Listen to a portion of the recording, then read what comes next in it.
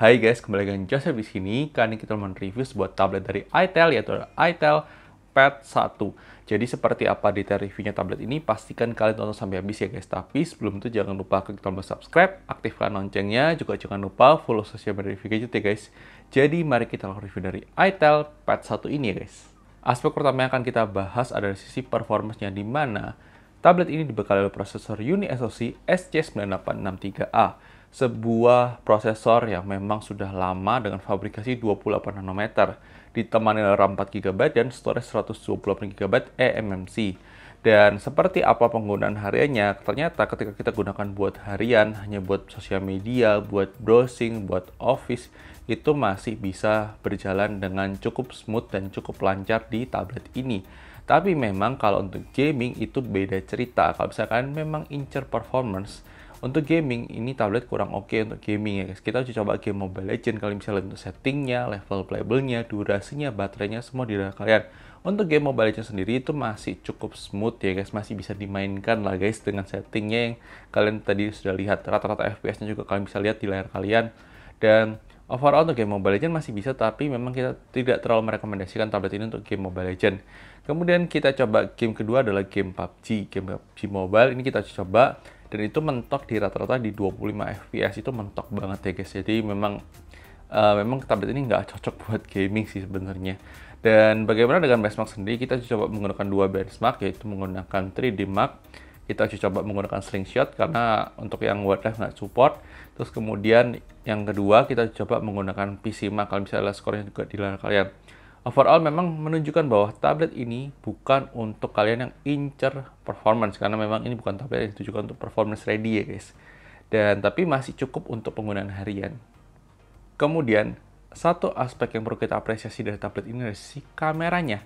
Sangat jarang banget kamera tablet di bawah 2 juta rupiah punya kualitas kamera yang sebagus punyanya itel Pad 1 ini. Jadi memang sepertinya tablet ini ditujukan lebih cocok buat kalian yang pakai Google Meet, Zoom, video call. Ini memang kualitas kameranya bagus. Kalian bisa lihat untuk sampel kamera depan maupun kamera belakangnya berupa video aja ya guys, dan kalian bisa lihat untuk kualitasnya seperti itu. Menurut kita sih ini sesuatu hal yang bagus banget untuk di bawah harga 2 juta rupiah. Di harga 1 jutaan ini adalah salah satu kamera tablet terbaik ya guys menurut kita ya guys, di bawah 2 juta rupiah. Kalian bisa lihat gambarnya setelah ini guys. Oke guys, ini dia adalah uji coba kamera depan dari itel Pad 1 kalau kita gunakan buat perekaman video. Kurang lebih seperti ini kalau misalnya kalian gunakan buat Zoom, Google Meet. Ini sesuatu hal yang kualitas kameranya termasuk bagus. Jadi ke dalam kondisi cahaya yang standar ruangan, ini ruangan meeting. Jadi ini masih oke banget ya guys untuk kualitas kamera depannya. Jadi ini sesuatu hal yang bagus, tapi kita nggak tahu kualitas mikrofonnya seperti apa. Tapi silahkan tulis beberapa komentar mengenai kualitas kamera depan dari itel Pad 1 ini ya guys. Oke guys, ini dia adalah uji coba kamera belakang dari itel Pad 1 kalau kita gunakan buat mungkin Google Meet atau Zoom kalau memang memerlukan untuk kamera belakangnya. Kurang lebih seperti ini untuk kualitas kamera belakangnya. Silahkan tulis beberapa komentar mengenai kualitas kamera belakang dari itel Pad 1 ini ya guys. Kemudian kualitas layar IPS HD Plus 60Hz-nya memang menurut kita agak kurang tajam ketika kita pakai harian, karena layarnya besar tapi resolusinya cuma HD Plus dan PPI-nya juga nggak terlalu tinggi. Tapi overall masih cukup oke, dipakai buat baca buku juga masih oke, kita pakai Google Playbook juga aman, dipakai buat nonton juga masih oke, meskipun Wi-Fi Netflix-nya maksimal di L3 ya guys. Itu agak disayangkan aja. Kemudian kualitas dual speaker di tablet ini termasuk bagus. Kalian bisa dengarkan sampel audio speakernya di video unboxing ya guys. Kemudian untuk baterainya sendiri memang menurut kita ini termasuk masih agak boros, karena memang fabrikasi chipsetnya masih 28 nanometer, sehingga menurut kita nggak bisa bertahan seharian. Kita sehari itu bisa 2-3 kali charging kalau kita benar-benar intens penggunaannya buat nonton ya guys. Dan itu menurut kita ya agak disayangkan aja sih. Sebenarnya baterainya sudah besar 6000, tapi karena fabrikasi chipsetnya masih 28 nanometer, itu membuat kurang efisien penggunaan dayanya ya guys.